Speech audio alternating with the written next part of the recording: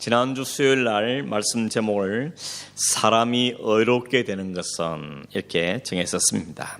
그 답이 뭡니까? 사람이 의롭게 되는 것은, 그 답은 율법의 행위가 아니고 오직 예수 그리스도를 믿음으로, 이게 답이었습니다. 율법의 행위로가 아니고 예수 그리스도를 믿음으로 있습니다. 여러분, 의로워진다. 의로워지는 말은 다른 말로 여러 개 설명할 수 있겠지만 구원을 얻는다, 거룩해졌다, 하나님 백성이 되어졌다, 정결하다, 이런 모든 걸 포함하는 의미인데, 이 의로워진다는 것 때문에 여러분 한번 씨름을 해본 적이 있습니까? 나는 진짜 의로운가? 정말 의로운 사람이 맞는가? 하는 것이죠. 15세기에 종교개혁의 불씨를 당겼던 마틴 루터는 내가 어떻게 하면 진짜 하나님의 의를 내 삶에 이룰 수 있는가? 어떻게 하면 하나님의 의에 도달할 수 있겠는가? 어떻게 하면 좀 내 마음을 짓누르고 이 죄책감으로부터 자유할 수 있고 좀 날아갈 수 기뻐하고 감사한 마음의 죄사함이 확신을 가지고 살 수 있을 것인가 하는 것 때문에 오랫동안 고민을 많이 했고 몸부림을 쳤던 사람 중에 한 사람이었습니다. 어떻게 하면 거룩해질 것인가? 그래서 온갖 선한 일은 다 해보고 또 그 선한 일에서 자기 육신을 죽이기 위해서 온갖 고행도 힘써서 해봤던 사람이었습니다. 근데 하면 할수록 마음에 평강과 감사가 충만하기보다는 오히려 더 괴로웠습니다. 이렇게도 안 되고 저렇게도 안 되고 어떻게 해야 내 마음에 평안이 가득하고 감사가 충만한 삶을 살 수 있는가 하는 것 때문에 이 루터는 심히도 괴로워했습니다. 글에 보면 베드로 성당, 상시 있는 그 베드로 성당의 계단을 이 양쪽 무릎과 양쪽 팔꿈치만 갖고 그 언덕 그 계단을 기어 올라갔다가 기어 내려왔다가 그렇게 하면서 주님 앞에 회개도 하고 팔과 또 이 발에 피가 흘리는 그런 상황에 처하기도 했지만 그래도 그 피 갖고는 안 되더라는 것입니다. 그래서 밤마다 자신의 인간적인 욕망과 그 욕심, 육체적인 욕심들을 제어하기 위해서 막 바늘로 허벅지를 찌르면서 그렇게 애쓰고 또 애쓰고 또 애써 하면서 자신의 마음속에 있는 교만, 또 온갖 세상의 욕심들 다 죽여보려고 애를 쓰고 때 오래 썼는데 그래도 잘 안 되더라는 것입니다. 그래서 도대체 이걸 어떻게 하면 좋을까 하는 것 때문에 그렇게 고민하고 그렇게 몸부림을 쳤다는 것입니다. 뭐가 문제였습니까? 루터의 문제는 뭐가 문제인가 하면 롱웨이인 것입니다. 여러분 길 가다 보면 크게 써놨죠. 빨갛게 롱웨이, 길이 아닙니다. 일로 가면 안 됩니다. 써놨죠. 루터가 잘못된 것은 롱웨이, 잘못된 길을 잘못된 방법을 선택하기 때문에 그렇습니다. 길이 아니었는데 자꾸 그 길로 가면서 길 찾으려고 하니까 길이 안 나오는 게 너무 당연했던 것입니다. 그가 붙잡았던 것이 뭔가 하면 율법의 행위였던 것이죠. 열심히 율법을 지켜내서 할 수 없는 그 율법에 내가 도달하기 위해서 애를 쓰고 몸부림치면서 선행과 고행을 하고 인간의 온갖 노력과 그 선행을 통하여서 의에 도달하겠다 하는 길을 선택했는데 그 길은 롱웨이였습니다. 그런 바른 길이 아니었던 것입니다. 바울은 그 부분에서 두 가지를 지적해주고 있습니다. 하나는 뭔가 하면 네가 선택한 혹은 우리가 선택하는 율법은 우리를 죄인됨을 깨닫게 하는 것을 가르치기 위해서 우리에게 주신 것인데 그걸 통해서 의에 이르려고 한다는 것은 잘못된 길이다 하는 것을 이야기해 주는 것입니다. 하나님께서 뭔가를 우리에게 주실 때는 목적이 있는 거 아니겠습니까? 우리에게 주실 때 마이크는 이렇게 사용하러 준 건데 이걸 엄한 데 사용하면 안 되는 것이죠. 그 목적이 있는, 그 목적과 사용하는 도구에 의미가 있는 것인데 이루트는 율법을 자기의 의의 수단으로 사용해 보려고 했는데 그렇지 않더라는 것입니다. 그럴 수가 없더라는 것이죠. 그래서 이 율법이라는 것은 인간이 철저하게 죄인이라는 사실, 무능하다는 사실을 깨닫게 해주기 위해서 하나님이 주신 겁니다. 그래서 율법을 가지고는 우리가 구원에 이를 수가 없는 것이죠. 율법의 기능은 뭐냐? 우리가 율법에 도달하지 못하는구나. 이게 법인데, 이게 말씀인데 나는 그 법을 지켜낼 수가 없구나. 율법은 우리에게는 자신의 죄인됨을 깨닫게 하는데 목적이 있는 것입니다. 그것은 끝이 아니고 그렇기 때문에 그러면 도대체 어디로 가야 되는가? 율법을 뛰어넘고 율법을 완성하신 분께로 우리를 이끌어가기 위해서 우리에게 주신 것이 바로 법이고 율법인 것입니다. 우리도 살면서 그렇죠. 법이 없을 때는, 법이 없는 데 어떻게 합니까? 내 하고 싶은 대로 하면 되는 것입니다. 그러나 사람이 모이고 공동체 형성되고 사회가 형성되면 법이라는 게 있죠. 그 법을 딱 갖다 대면 이건 잘못이구나, 이건 하면 안 되는구나 하는 게 드러나듯이 하나님께 우리의 율법을 주셨을 때 그 율법을 들여볼 때마다 내가 잘못했구나, 내가 죄인인 거구나 하는 것이 확연하게 드러나게 하기 위해서 하나님 우리에게 율법을 주셨다는 것입니다. 그래서 그럼 도대체 어디로 가야 되는가? 그 길을 제시하기 위한 하나의 이정표를 우리에게 주신 것입니다. 또 하나 이유는 뭔가 하면 어떤 사람도 율법을 다 지켜낼 수가 없기 때문인 것입니다. 율법을 가지고 의에 이룰 수 있는 사람은 이 땅에는 한 사람도 없습니다. 그 사람은 율법을 완전히 지켜낼 수 없는, 율법을 완성할 수 없는 사람이라는 것입니다. 그래서 우리는 율법을 지키려고 하면 할수록 절망감에 빠지는 것이죠. 좌절하게 되는 것입니다. 율법이 이러면 좀 처음에는 좀 내가 좀 한두 가지 지킴을 통해서 나는 좀 괜찮은 사람이야 라고 생각할지 모르지만 결국 그것으로 안 된다는 것을 깨달아지고 우리에게 본질적으로 새로워지는 것은 불가능한 것입니다. 그래서 우리는 잊지 말아야 되는 것이죠. 그런데 루트는 그 율법을 가지고 구원에 이뤄보겠다고 혹은 의에 도달해보겠다 했기 때문에 그건 잘못된 시도였던 것을 알게 되는 것입니다. 오늘 여러분 우리가 요즘 새벽마다 또 아침마다 여러분 큐티하면서 묵상하는 말씀이 신명기죠. 신명기. 지난 토요일부터 어제까지 계속해서 28장이 계속됐었습니다. 28장은 이스라엘 백성이 주시는 복과 저주입니다. 이렇게 하면 복이 줄 것이고 이렇게 하면 저주다 하면서 하나님이 이스라엘 백성에게 복과 저주를 말씀하셨습니다. 그 복의 내용을 보면 평상시 많이 이용하는 또 사람들이 다 사모하는 복의 내용들이 그게 잔뜩 실려 있습니다. 모든 사람이 어뜸이 되게 하겠다. 참 다들 좋아하는 거죠. 우리 자녀들도 또 우리들도 어뜸이 되길 바라는, 최고가 되는 것은 사람들의 마음이죠. 그리고 복을 줄 때 들어가도 복을 받고 나가도 복을 받고 성에 가도 복을 받고 들에 가도 받고 어디를 가든지 복을 받겠다는 것. 그리고 이 복이 니나 너뿐만 아니라 너와 내 자녀와 내 토지와 내 가축과 짐승의 새끼까지도 복을 받게 하겠다. 진짜 놀라운 복이죠. 그 복의 내용은 창고에 손으로 하는 네 창고가 복을 받을 것이고 네가 손으로 하는 걸 다 복을 받게 될 것이다 말씀하셨고, 뿐만 아니라 네가 다른 사람의 꾸어줄지라도 꾸지는 않게 될 것이다. 그리고 머리가 되고 꼬리가 되지 않을 것이다 하는 굉장한 축복을 하나님께 이스라엘 백성에게 선포해 주셨습니다. 근데 딱 한 가지 조건이 있었던 문제였습니다. 그 조건이 뭐였는가 하면 내 하나님 여호와의 말씀을 삼가 듣고 오늘 내게 명령하는 그의 모든 명령을 지켜 행하면 라는 조건이 붙었습니다.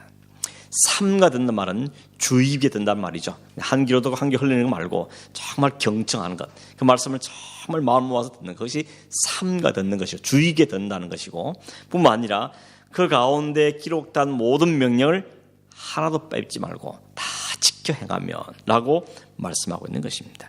하나로도 못 지키면 그것은 못 지킨 거라고 이야기하죠. 99.999라도 100점은 아니란 이야기인 것입니다. 우리는 90점만 돼도 저 사람 대단한 사람이다 이렇게 말하지만 그건 상대적인 평가고, 하나님께서 원하시는 것은 99점이 아니라 100점을 요구하시는 거죠. 하나도 빼면 안 된다는 것이죠. 그래서 야고보서 2장 10절에 보면 누구든지 온 율법을 지키다가 하나를 범하면 모두 범한 자가 된다라고 말했습니다. 살인 안 했는데 간음하고, 간음하지 않는데 도둑질하고, 도둑질 안 했는데 거짓말하고, 뭐 하나라도 걸리면 그 사람은 율법을 어긴 자가 될 수밖에 없다는 것입니다. 이렇게 말씀하시면서 만일 너희가 이 율법을 하나라도 어기지 않고 다 지켜 행하면 이 엄청난 복을 다 쏟아부어 주겠다 그렇게 말씀하셨는데, 반면에 만일 그렇지 못하면 하나라도 어기면, 말씀에 순종하지 않게 되면 오히려 너에게 모든 저주가 임하게 될 것이다 라고 말씀하셨습니다. 그런데 놀랍게도 복에 대한 내용은 14절까지인데 저주의 말씀은 15절부터 68절까지 거의 3배, 4배에 해당되는 저주를 말씀하고 있는 것입니다.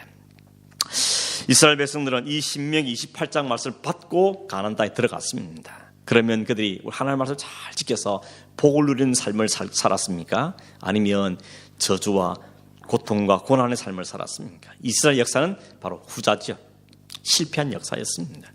하나님 주신 그 복을 받아 누리는 것이 아니고 늘 하나님 말씀을 듣기보다는 불순종하고 한 귀로 듣고 선지자들 계속해서 보내서 경고하고 또 경고하고 또 경고해도 그 말을 무시하고 가볍게 여기고 불순종하고 오히려 그 말씀을 전하는 선지자를 때려 죽이고 이렇게 살았던 것이 이스라엘 백성들의 역사였던 것입니다. 순종할 수 없었습니다. 순종하지 않을 뿐만 아니라 순종할 수만한 실력도 그들에게 없었던 것입니다. 그래서 아무도 그 명령을 다 지켜서 복을 얻은 경우는 없었더라는 것입니다. 그래서 하나님이 말씀하셨죠. 이 율법 외에 다른 의가 하늘로부터 임한 의가 너에게 주어진다라고 말씀하셨고 그 의는 어떻게 얻게 되느냐? 그것은 오직 믿음으로는 얻게 된다라고 말씀해 주신 것입니다. 그러면 여러분 이 믿음이라는 것은 우리의 굉장한 축복입니다. 여러분 그냥 나는 믿는다. 별로 대수작이 생각하시죠? 이건 엄청난 일입니다. 이 믿음 하나 때문에 우리는 온갖 저주를 받아 이 상황에서 복으로 뒤바뀌는 역사가 일어나는 것입니다. 만약 우리에게 믿음이 없으면 우리는 하나님 말씀 이 모든 저주를 다 받을 수밖에 없는 존재들입니다. 그런데 이 믿음이라는 한 가지 때문에 믿는다는 하나 때문에 하나님께서는 저주를 복으로 바꾸셔서 우리에게 약속한 이 놀라운 복을 우리에게 허락하신다고 말씀하시는 것이 하나님의 약속입니다. 그러므로 여러분 믿는다 이거 그냥 값싼 건 아닙니다. 믿는다 이건 굉장히 엄청난 사건이고 우리에게 놀라운 일인 것입니다. 더 놀라운 건 뭡니까? 이 믿음이 내가 믿고 싶다고 믿는 게 아닌 게 더 놀라운 것이죠. 내가 믿고 싶다고 결심하고 작심하고 막 100일 기도하고 그래서 믿어지는 것이 아니고 어느 날 갑자기 성령께서 우리 마음에 역사하셨을 때 마음속에 믿어져 버리는 것입니다. 그래서 예수가 하나님의 아들이라는 것을 세상의 과학과 상식과 이런 것 가지고는 도저히 믿을 수 없는 상황들인데 불구하고 믿어져 버리는 것이죠. 그래서 이것이 우리에게 놀라운 축복인 것이죠. 그래서 바울은 뭐라 그랬습니까? 이것은 하나님의 선물이라 그러죠. 믿음은 하나님의 선물이다. 은혜로 주어지는 선물이라고 그랬습니다. 뭘 다 했기 때문에 주는 값으로 주는 선물이 아니고 대가로 주는 선물이 아니고 도저히 받을 수 없는 자격인데도 불구하고 우리에게 은혜로 주신 선물이 믿음이라고 말씀하고 있는 것입니다. 그래서 그 예수 그리스도 그 하나님의 의인 예수 그리스도를 믿는 자는 누구든지 하나님께 우리에게 놀란 의의 자로 이르게 하실 것이고 그를 우리를 하나님 백성 삼으신다 그랬는데 그 믿음마저도 하나님이 준 선물이라고 말씀하고 있는 것입니다. 루터가 성경을 읽다가 또 성경을 공부하다가 연구하다가 로마서 1장 7절에 있는 말씀 오직 의인은 로마서 1장 17절에 있는 오직 의인은 믿음으로만 살게 될 것이다. 하나님 말씀 그 한 구절에 딱 꽂힌 것입니다.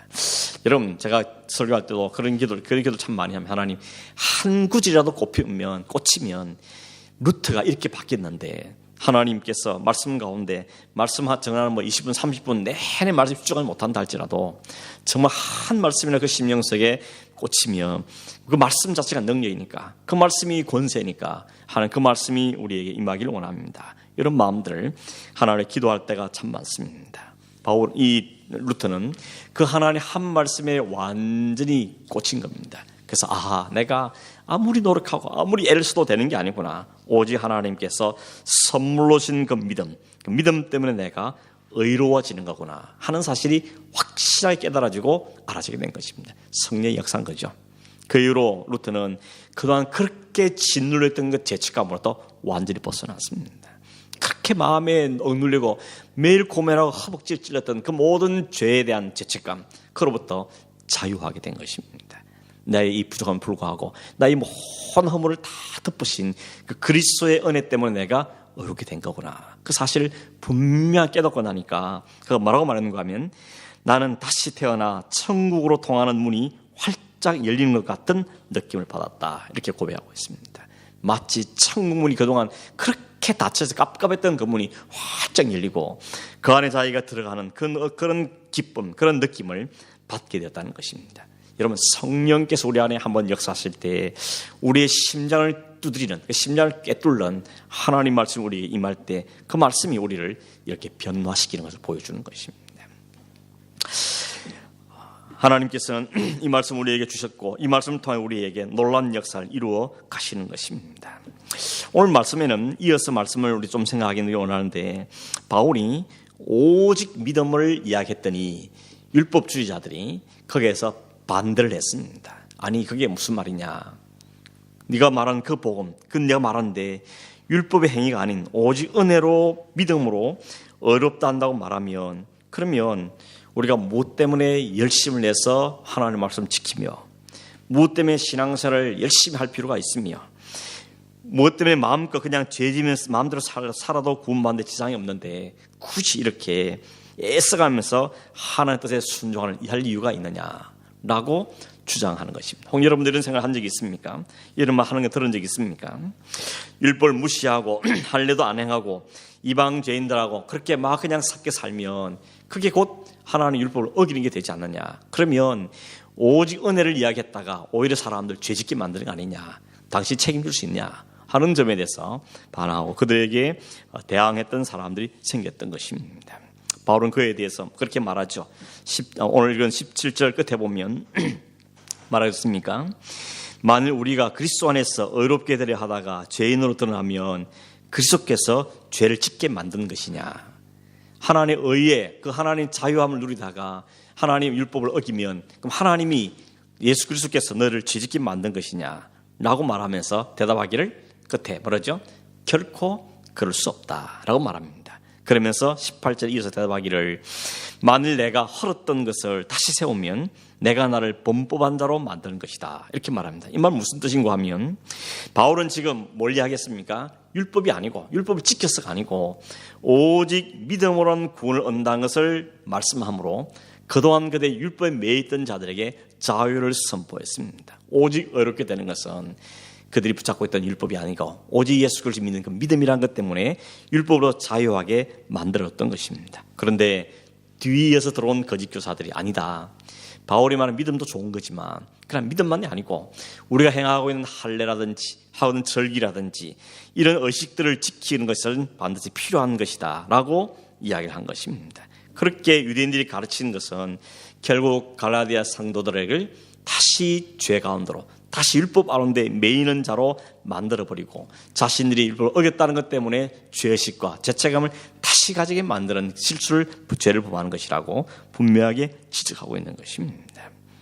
율법의 행위로는 하나님을 만져할 수 없다고 분명하게 선언하고 오직 예수를 믿는 믿음으로만 구원받는 말씀했는데 거기다 또 다시 율법을 갖다 붙이면 다시 그들로 하여금 율법에 매이게 만들어서 자유되던 자가 다시 노예가 되는 그런 결과를 초래하게 되는 것이라고 단호하게 부정했던 것입니다.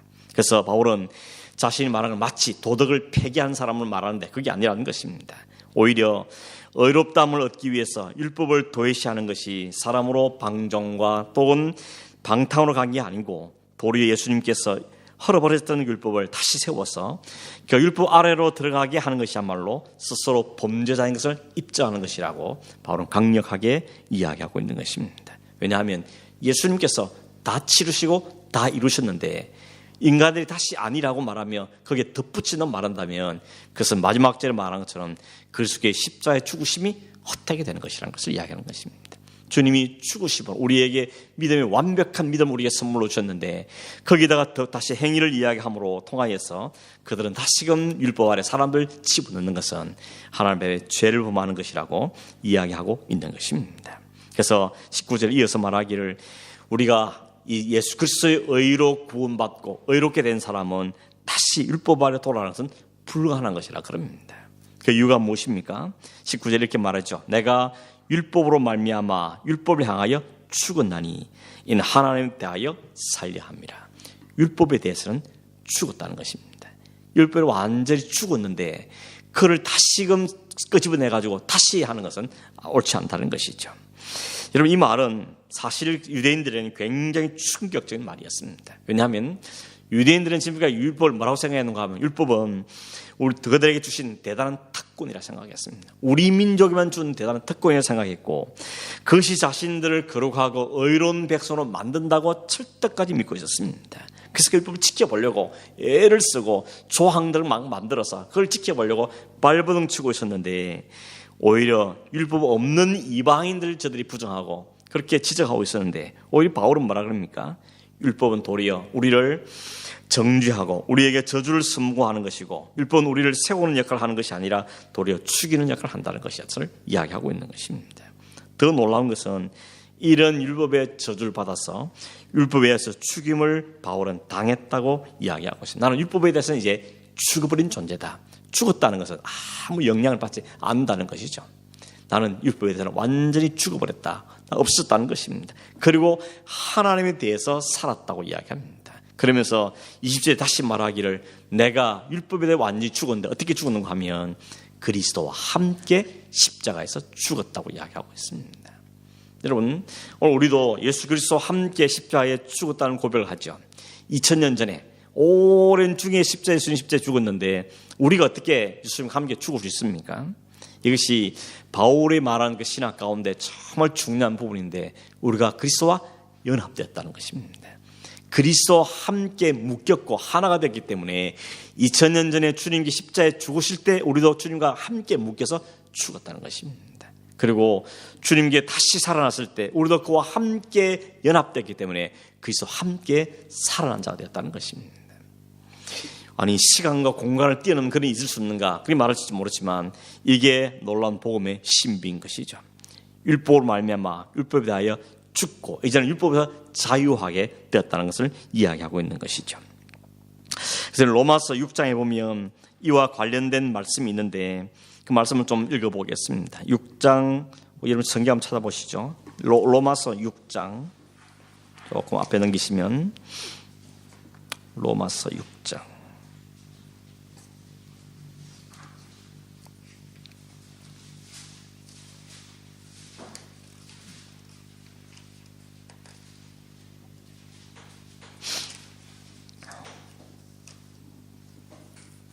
11절까지만 한번 읽어보겠습니다. 제가 읽겠습니다. 그런즉 우리가 무슨 말을 하리요? 은혜를 더하게 하려고 죄에 가하겠느냐? 그럴 수 없느니라. 죄에 대하여 죽은 우리가 어찌 그 가운데 더 살리요? 무릇 그리스도 예수와 합하여 세례를 받은 우리는 그의 죽으심과 합하여 세례를 받은 줄을 알지 못하느냐?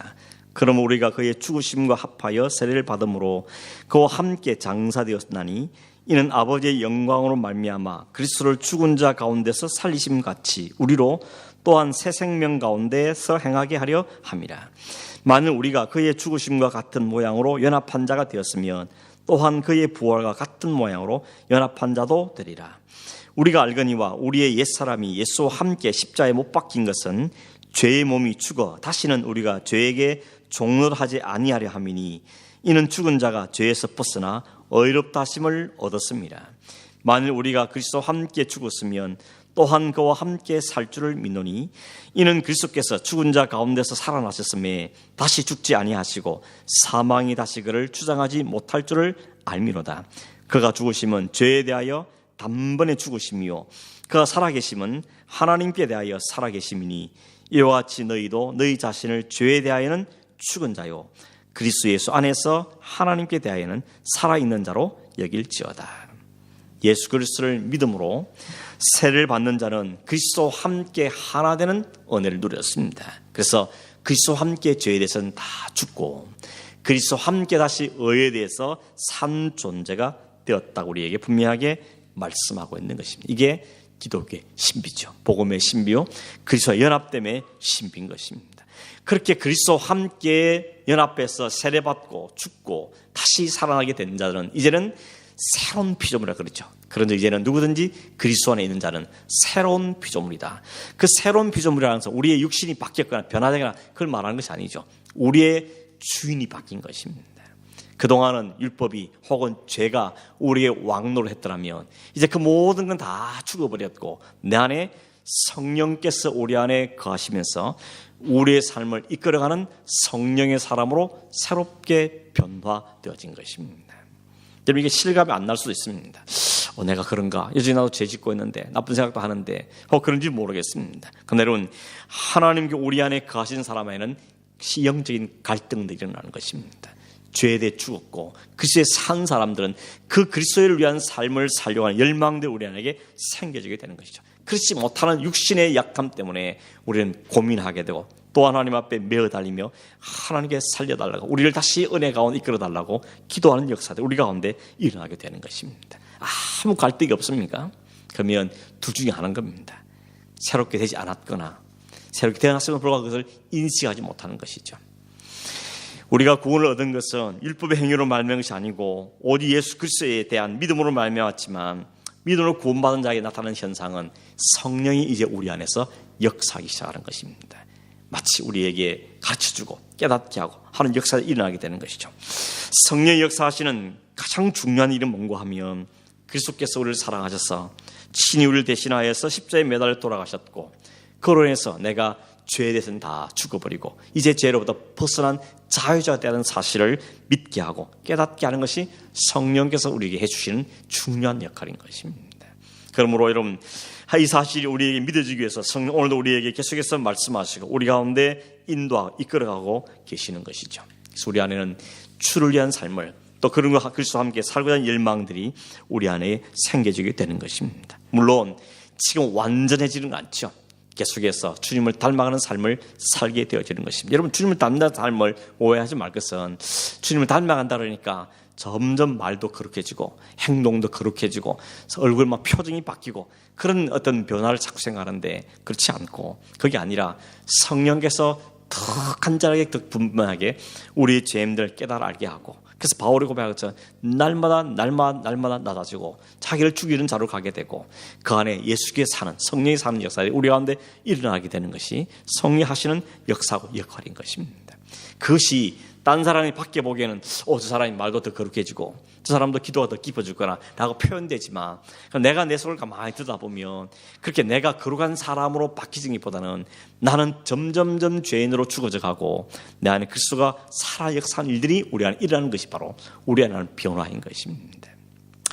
바울은 오늘 우리에게 분명하게 이야기하고 있는 것입니다. 이전에는 우리가 그리스도를 알지 못할 때는 율법의 매인 자였고 죄 아래에 있는 자였지만 이제 그리스도와 함께 죽어버리므로 율법에 대해서는 죽고 이제 그리스도와 함께 산 자가 되어져서 성령이 우리 안에 역사하시는 새로운 피조물이 되었다고 우리에게 말씀하고 있는 것입니다. 그래서 우리가 그 성령 하나님이 그 주님이 이끄신 대로 살아가는 삶이 바로 성도의 삶인 것을 이야기하고 있는 것입니다. 이 은혜를 피할 수 없다는 것입니다. 그래서 21절에 말하죠. 사람이 하나님 앞에 어렵게 되기 위해서 율법이 또 필요하다면 그리스도께서 십자가에 다 완성하신 그 주님의 죽으심이 헛될 뿐이라고 말씀하는 것입니다. 주님의 죽으심은 결코 헛되지 않습니다. 그 주님은 십자가의 모든 걸 다 완성하신 주님입니다. 그러므로 주님과 우리가 다 죽고 그리고 주님과 다시 살게 될 때 살아난 우리에게는 성령이 우리 안에 거하시는 성령의 사람들이 되어진 것입니다. 과거는 어떤 겁니까? 주님이 죽으심으로 우리의 모든 죄가 사해진 게 과거의 역사입니다. 오늘의 역사는 이 땅에 사는 동안은 그 영이 성령께서 우리 안에 거하시면서 우리를 주님을 닮아가도록 주님을 알아가도록 주님과 함께 삶을 살아가도록 우리를 이끌어 가시는 것이 오늘 일어나는 현재의 일입니다. 장차 아버지의 날에 허락하신 그 유업 가운데 영원한 함께 있는 날이 우리에게 주어질 것입니다. 그게 우리에게 약속된 보장된 약속인 것입니다. 그래서 바울은 이 이야기를 다시 하면서 이렇게 하나님이 엄청난 은혜를 우리에게 주셨고 엄청난 비밀을 가졌고 엄청난 권세를 우리가 다 가졌는데 이런 우리를 다시 끄집어다가 율법에 매이게 만들고 다시 죄에 종로하게 만들다면 그 나 뭐라 했습니까? 저주를 받을 것이라고. 그렇게 가르친 자는 저주를 받을 것이라고 말씀하고 있는 걸 볼 수 있는 것입니다. 우리에게 주신 이 은혜의 복음, 그리스도를 인하여 주어진 이 은혜의 복음은 어느 누구 침범할 수 없고 이것을 그리스도로 속일 수가 없다는 것을 분명하게 말씀하고 있는 것입니다. 말씀을 맺음으로는 우리가 어렵게 되는 것은 오직 예수 그리스도 믿는 믿음으로만 가능하다고 합니다. 그 믿음은 하나님께서 은혜로 주신 선물이라고 그랬습니다. 그 역사는 성령께서 우리 안에 역사에 일어난 놀라운 변화요 역사에 우리에게 말씀하고 있는 것입니다. 이와 같은 은혜가 우리에게 주어진 사실을 너무너무 깊이 할 때마다 감사하고 나 같은 자가 여전히 죄에 종로할 수밖에 없는 자를 하나님께 조건 따지지 아니하시고 이걸 다 지켜 행하느냐 묻지 않으시고 오히려 하나님 우리에게 덮으신 그 은혜로 인해서 오늘도 살게 하신다는 사실이 우리가 얼마나 놀랍고 감사한지 모르는 것입니다. 매일매일 주님이 체크하시면 따지고 계산한다면 가나 우리는 합격점을 받을 사람이 아무도 없죠. 그러나 하나님께서는 그걸 따지는 게 아니고 우리 안에 믿음이 있는가, 우리 안에 그리스도가 있는가, 우리 안에 성령께 우리 안에 계시는지를 우리에게 따지고 계시는 것입니다. 오늘 우리 이 밤에 기도할 때 하나 우리의 이와 같은 은혜의 복을 우리 하나씩 감사하고 성령이 내 안에 있음을 우리가 다시 한번 인정하면서 날마다 성령께 내 자신을 순종하고 하나님 말씀에 복종하는 삶을 살아갈 수 있도록 이끄시고 인도해 주시고 뿐만 아니라 우리 안에 죄책감과 죄의식과 죄의 종을 한 자에서 완전히 자유된 사실을 인정하고 깨닫고 하나님 감사하고 찬송하면서 살 수 있는 믿음의 삶을 살기를 위해서 기도하는 우리 저희들 되기를 바랍니다.